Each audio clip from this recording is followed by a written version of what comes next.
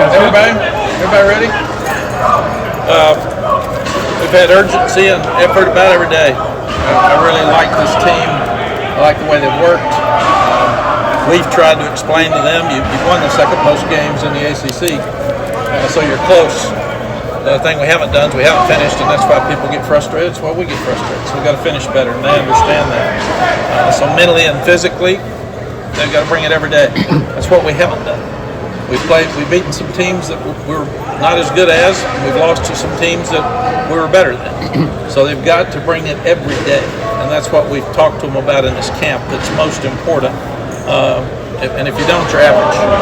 So many people can't do that, and it's hard to bring your mind and your physicality every day, especially when you're tired. You've had 10, 11 days of practice, and you're worn out in this heat, and that's just a huge part of this. We have been really focused on turnovers. We're not turning over we're not forcing enough turnovers with our defense.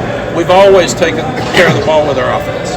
So it's hard, but our defense has got to do a better job of turning over, forcing turnovers.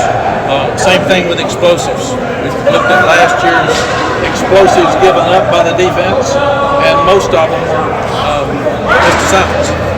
And that's when they're tired. So that's why we're playing too deep. We've got a lot more people on the field and playing four safeties. Right now, any of the four could be in the game at any time. We've never been able to do that. So we're really working on our depth, and we've got to create more explosives on offense. You know, somebody like Tez Walker, you don't have the same speed outside, so you got to work at trying to create explosives. Really working hard on penalties. We've had too many penalties. We've got the smartest kids in the league. We've got the best APR in the league, and we've been up in the penalties every year. So it makes no sense. So we've just told the guys that we will have absolutely no pre-snap penalties. It's unacceptable. If they have one, we're taking them out. And we're telling the guys there will be absolutely no post-whistle penalties. If they do that, they're running laps, staying out the rest of the rack of plays as they go through. So we're and then we're penalizing. We're doing physical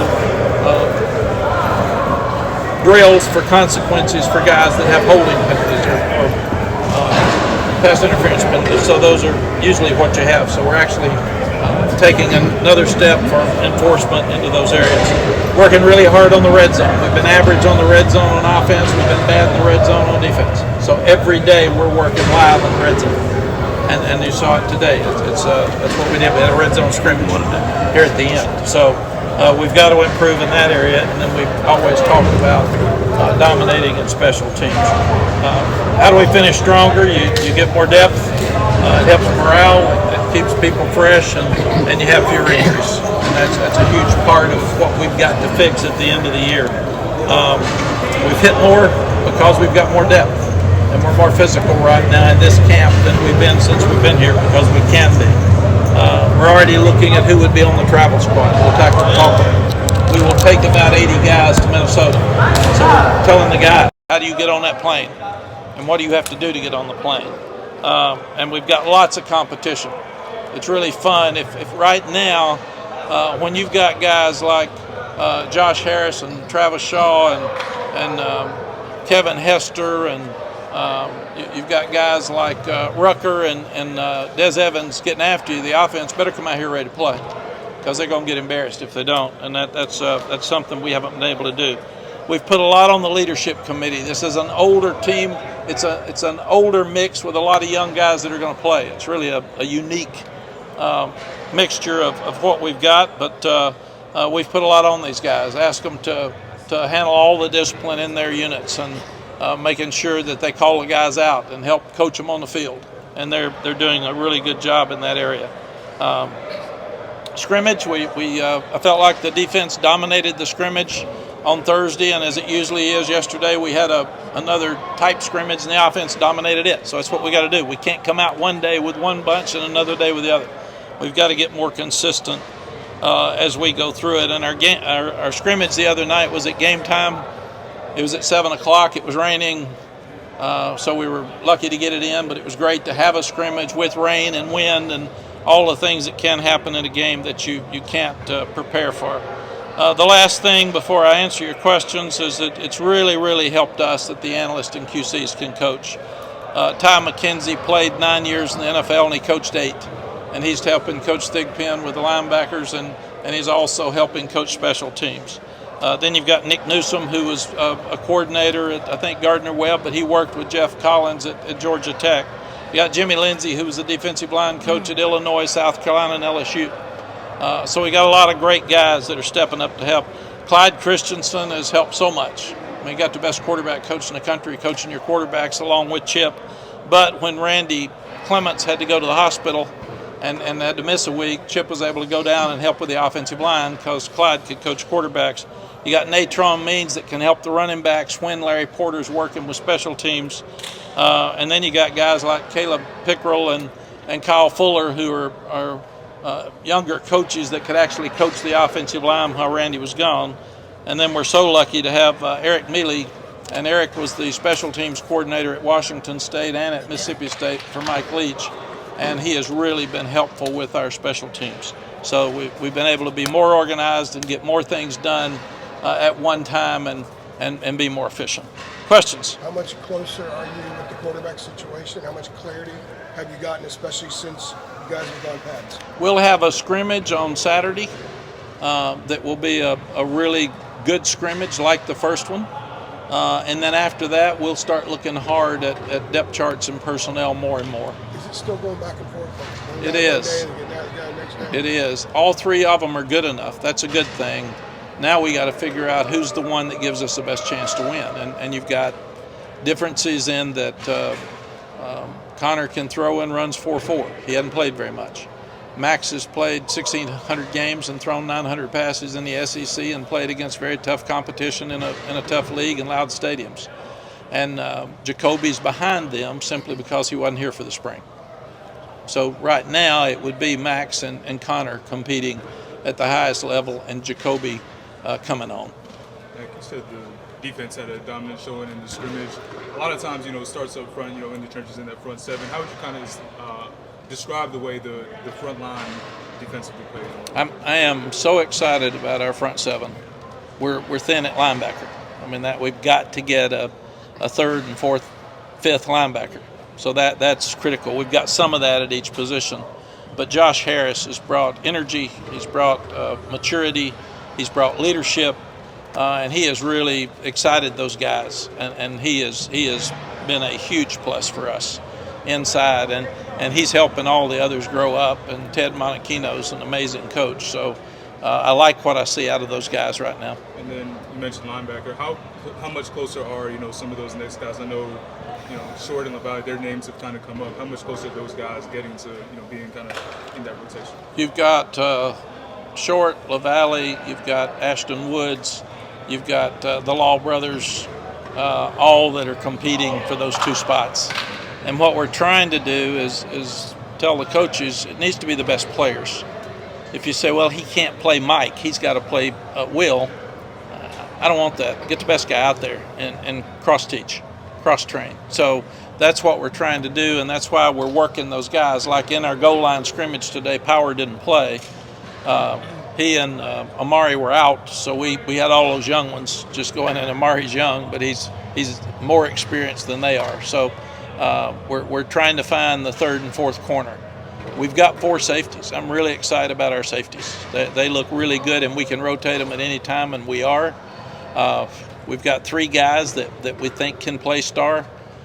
Caleb's ahead, but the other 2, Trey Miller and Tyshawn, are both where they could play. So I'm excited about them. And then you've got Dez and Kaimon Rucker, Dez Evans, and Bo Atkinson have been dominant up front. Those 3 have been really good pass rushers. And Dez has had his best 2 days, the last 2 days that I've seen since he's been here. So hopefully they can keep growing. Our tackles have trouble blocking them. We would absolutely have to chip if we played ourselves to be able to protect. Mack, when the ACC network was here, you mentioned a situation recently in practice where some defensive leaders came to you and said, this guy's not doing what he's supposed to do, keep him out of the lineup. Can you just explain that a little bit more? What happened? Yeah, we were there, and Ted was starting to send a guy in, and Kaimon Rucker was the one that said, no, Coach, he's not doing what he's supposed to do. Don't put him in. We don't trust him. He's got to grow up. Then afterwards, they all met with him, and they all said, you either start doing these to be on time. It wasn't awful things. It was be on time, keep your mouth shut, start studying the playbook more, and earn the right to get in there. And I've never seen that, so that was pretty cool. Mack, you mentioned urgency off the top. Is bringing in a guy like Josh Harris on the defense, who has been at 2 schools, and this is his last year before potentially going pro, is he a part of that movement? Absolutely. You look at Des Evans, Kaimon Rucker, him, they're all at the end. Richie's been sore some, but when he's in there, he's done really well. Travis Shaw's doing a good job. When you get somebody like Josh that's leading, the rest of them follow. And that's really been impressive. So he has been a great addition for us.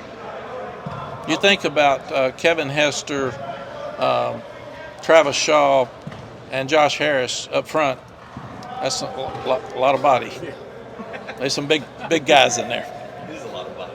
I was just going to say, Mack, how have you seen the guys respond to the emphasis on urgency and finishing in camp?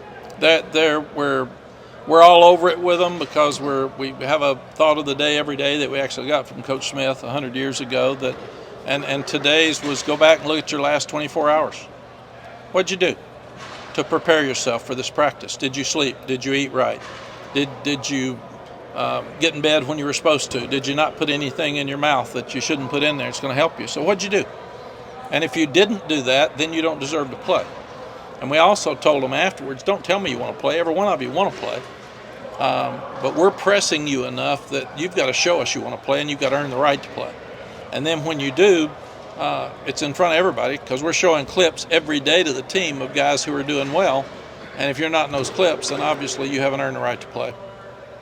Mack, along those lines, that got me thinking about what last year, one of the mantras was 9 isn't enough that you said. Like, is there a mantra you've put in place? What I've told them this year is let's just play the best we can play every week and be the best team we can be. Let's don't get into numbers. Because we were better than 8 last year until we weren't. Yeah. And there's different levels of good enough. We were talented enough, but we didn't play hard enough all the time. So that means you're not good enough. And everybody says, you were better than that. We weren't. I mean, the big eye in the sky don't lie. And the scoreboard tells you the story, and that's what it is. So we haven't gotten the credit for what we have done. And we haven't because we've lost 3 times to a rival, and we've lost at the end of the year. So we haven't near gotten the credit for being the second most productive team in the ACC. That would be a great question on Jeopardy or somewhere because nobody get it at all. We don't get credit for having the best grades in the league because nobody really cares. They only care if they're bad. They don't care if they're good. And these kids have been incredible. So I've told them, you're so close, step up and finish. Because our expectations are higher than others too because we've started well. So that's on us. That's on us. But we're not into how many we're going to win. We're into doing the best we can do every game. And I told them, you're not going to play great all the time. But we've got to start winning games where we don't play well in. And to do that, you got to have high energy every game, and you can do that. Mack, the running back room is a position group I feel like isn't getting talked about a ton this fall camp because of how good Omarion is. How do you feel about the depth behind that right now? You got Caleb Hood, Davion Goss. You feeling pretty good with that position group, behind Omarion and Hampton? Yeah, we are. Darwin Barlow is very talented. He just got here, so he's still learning. You got to protect better and got to make sure you hold on the ball and do the things. But he's very talented. Davion Goss just amazes us with his maturity. He's starting on 4 special teams. He may be the best or second best pass protector out there as a true freshman. And he's got very good vision. He scored a couple of times today on red zone. So he's going to have a role. And then Caleb Hood's been so good. He just staying healthy, and right now he's healthy. He's playing, and we're pushing him. So all 4 of those guys have a chance to play. So that room's really good. You got Willie at one guard. Is the other guard spot still a battle? Is that maybe one of the better under-the-radar battles you guys have had in camp? Yeah, we're actually looking at Malik McGowan's been playing there along with Aiden Banfield. And we're also looking at the possibility of Ja'Kai Leftwich, who is the 3rd tackle, also playing some guard. because we're trying to find the best 7-8 that we can get to rotate. We talked to Chip yesterday about a little bit about the scrimmage, and he said sometimes a guy looks good against the second team, you get him in the scrimmage, young guys, they don't look as good against the first team. Aiden Banfield, he passed that test the other night. Yeah. He's legitimately a guy that's could get on the field. Yeah, what you got to do is you got to prepare yourself for a true freshman that would play against Minnesota in the first game he's ever played in on the road in a tough environment. So that takes a lot of confidence. So we're just going to keep working him. He is going to play this year, and he's going to be a really good player. Whether he starts against Minnesota or not will just determine what happens every day, because we're actually hitting a lot every day and telling them we're moving you up and moving you down, and he's going to be a good player.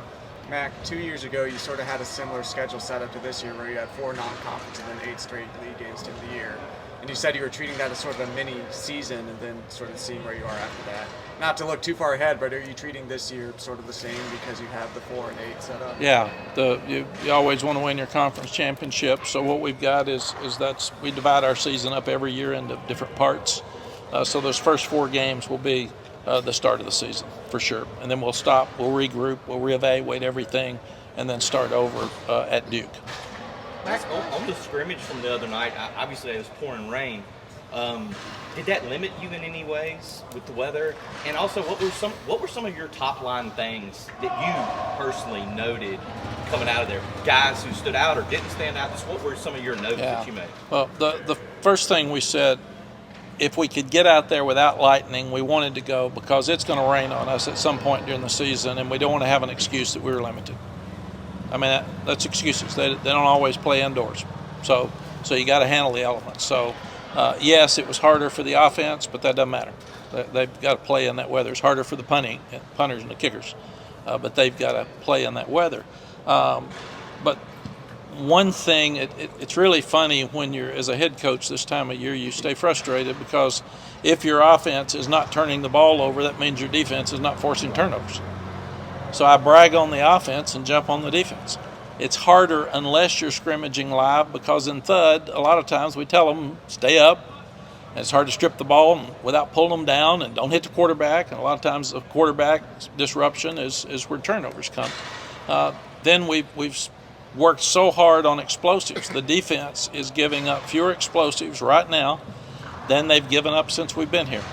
I really like what our secondary is doing. Marcus Allen and Elijah Huzzy are playing really well. And then the 4 safeties I really like. We're tackling better in space. We're doing things that we need to do better. But then again, a bunch of the receivers have had a pull. They've been hurt. They've been sore. So we have not had the continuity in our passing game that we want. And then that's harder to evaluate the quarterbacks when your receivers aren't all well. So we're playing a group of different receivers at all times, so we need to get somebody healthy so we can get out there. The one that's been the healthiest and played the most consistent has been Nate McCullum, which is really, really good.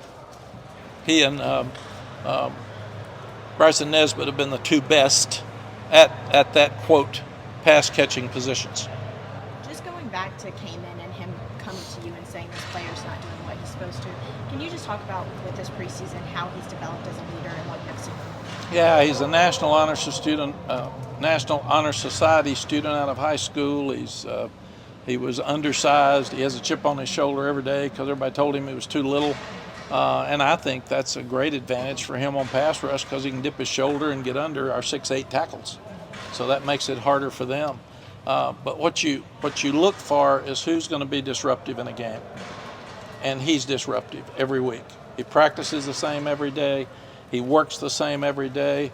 And there's absolutely no way one of those other younger kids can tell him, leave me alone, don't say that. I mean, they're going to listen.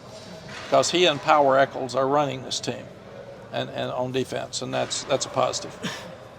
Coach, who are some of the young players that have surprised you with their performance thus far? Jeremy said you would ask. Maybe not you specifically. So I put red dots next to him. Aiden Banfield. We're really excited about him, and he will play. I don't know when, how much, but he will play in the offensive line. And then Ja'Kai Leftwitz, we haven't seen, but he's 6'6", 335, and he will play it as an alternating tackle because right now it would be those three, or he will play as a alternating guard. But he's going to play a lot because he is a really good player. Darwin Barlow, he and Davion Goss are both going to be in the game, and they're going to be playing. Bo Atkinson has done an amazing job at pass rushing, so that's really helped us. Josh Harris, we've talked about him. He brought a huge impact to this team. He stands up at the end of practice and says things. I had him as one of the guys breaking down the team at the end of the day because he worked so hard. And when you get a senior that's through, and this is it, and he wants to play in the NFL, so he wants to help your team and make the NFL, he's driven. And he's driven every day. He's already lost. He was 350 when he got here. He was 338 this morning. So he is working so hard, and I'm so proud of him and can't wait to watch him continue to grow. We've got to get either Tyler Thompson or J. Brown Harvey to be able to help Kaimon Rucker. We talked about the young linebackers. You've got Ashton Woods, Michael Short, Caleb LaValle, Cade Law, and Cruz Law, all that are fighting for spots. So that's an area we've got to improve. And after Saturday, you start looking at Minnesota. So it needs to come this week. And then we're really proud of all four safeties, like I said. And Jakeem Harris has really been a good impact coming in. And the other one would be Caleb Cost. And those are guys that Tyshawn White's done some good things, but Caleb Cost plays like an older guy. Mack, you mentioned this before, but you played two quarterbacks at various stops before. Do you anticipate that may happen this year with Max and Connor or not? I don't know. I watch all your interviews. I watched your interview with Chip yesterday, and it was interesting that somebody on TV took the lead that we were going to play two quarterbacks during the game. That's not what he said at all, because I listened to it very carefully. We have in the past. We will not if somebody separates.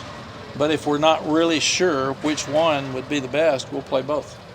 And I don't know what that means yet, because you don't get to that point till you get about 10 days out. And that's when you start making decisions, okay? Or are there certain times when one plays and the other one comes in? So we'll just have to look at that. Here we did it a lot with Jason Stanisak and Mike Thomas and Chris Keldorf and Oscar Davenport. But those guys, we changed a lot. So it seemed like, the best I remember, everyone that started stunk and the other one came in, won the game. So that's kind of what we did. So, but we're not planning on playing two, but unless somebody takes over, then obviously you put both of them out there, and the one that takes over and starts winning the game would play more. There's a saying that if you have two, you really don't have one, but you have one playing multiple quarterbacks. So you go back and look at the Stanistic period and the Keldorf and the Major Applewhite, Chris Sims, you've won a lot playing two quarterbacks. Yeah. So it's not something that really, I would imagine, bothers you in the sense that if you have to do it, you already know how to do it. Yeah, my whole coaching philosophy has been do what you need to do to win with the people that have the best ability to do it. So that's what we've got to do. We've got to figure out what can Max do and what can Connor do enough alike that the blue offensive line gets to work on it every day, but we can highlight whatever they do differently. And then we do it. And I'm not into, I used to say, catching two fish at one time when I've been in the mountains was better than catching one fish.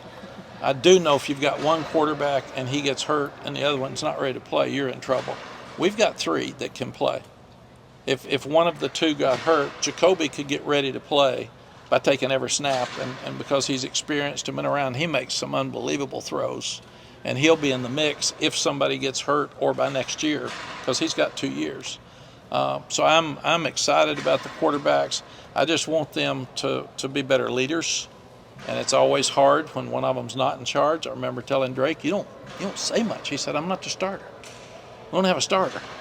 So until one of them gets that role, it is harder for them to step up and lead, but I've told them it's their job.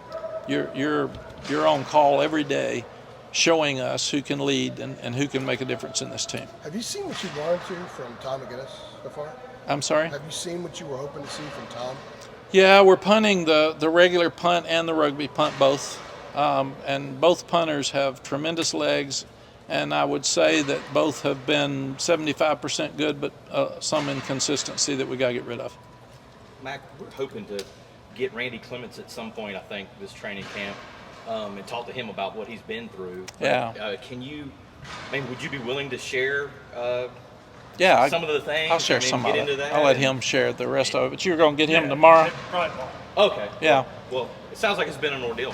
Yeah, I'm sitting there on Sunday on reporting day, and I get a call at 4 that Randy's in the hospital, and he's tough, so he didn't want to go to the hospital, and he had a stomach disorder that was really scary and really dangerous, and he spent a week there, and as tough and stubborn as he is, he was Zooming with us and texting me during practice how they look. I said, Randy, I got more to do than text you about how they look. Watch a video. But he's come back, and he acts like he's not sick. He has been out here every day. He's been at every meeting. His wife's out here monitoring him every day to make sure he does what he's supposed to do. But he's tough, and the kids really responded. And it obviously got us behind because you missed your guy. Yeah.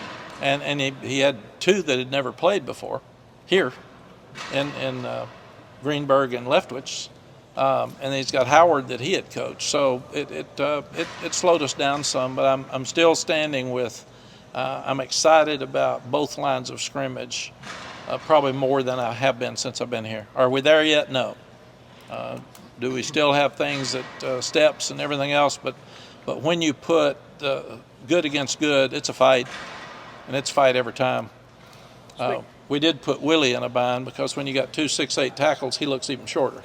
So that's tough.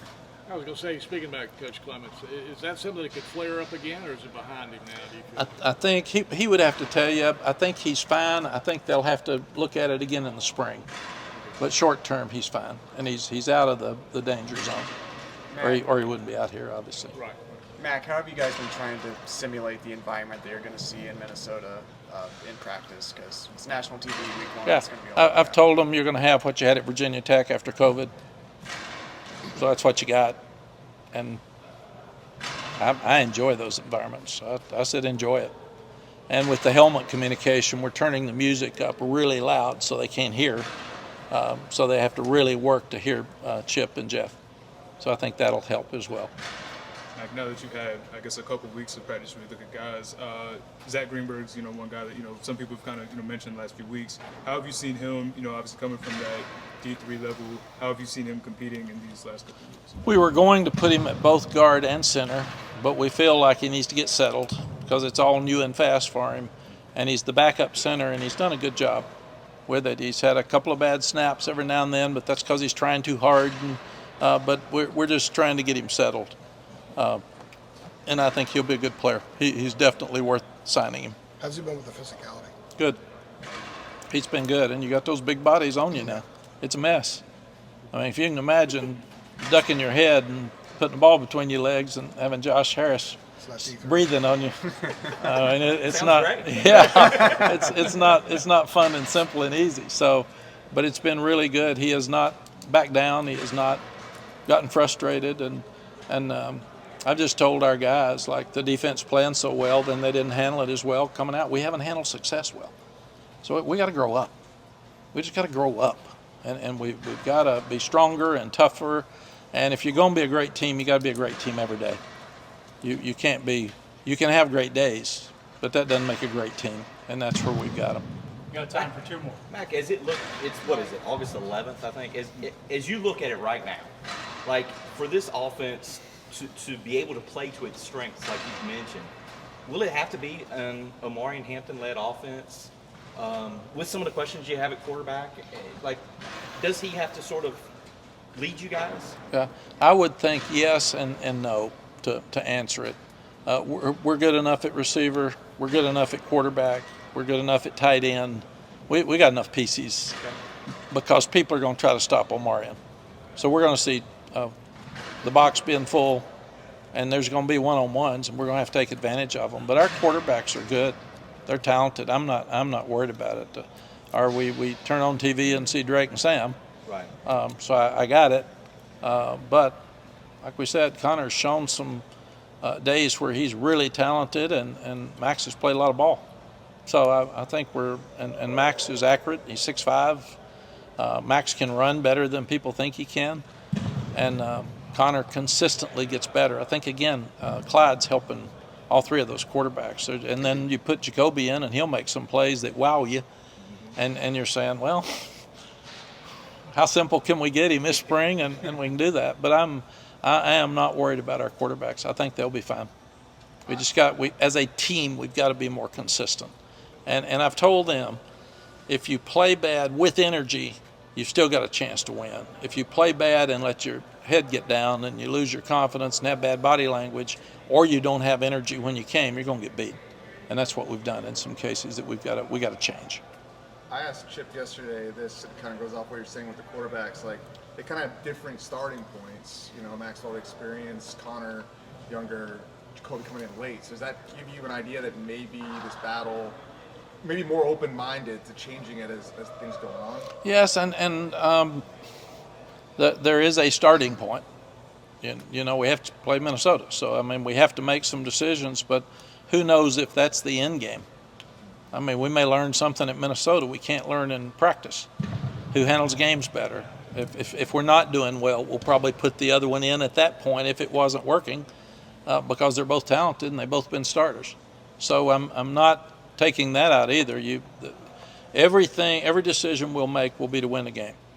So if somebody goes in and they're playing great, we got a quarterback and a backup that's good. If somebody's really struggling, somebody said, well, they can't have them looking over their shoulder. Quarterbacks always look over their shoulder. I mean, I got the hardest job in football. So we can't. If he can't handle pressure, then he's probably at the wrong position. All right. Thank you all. Thanks, Coach.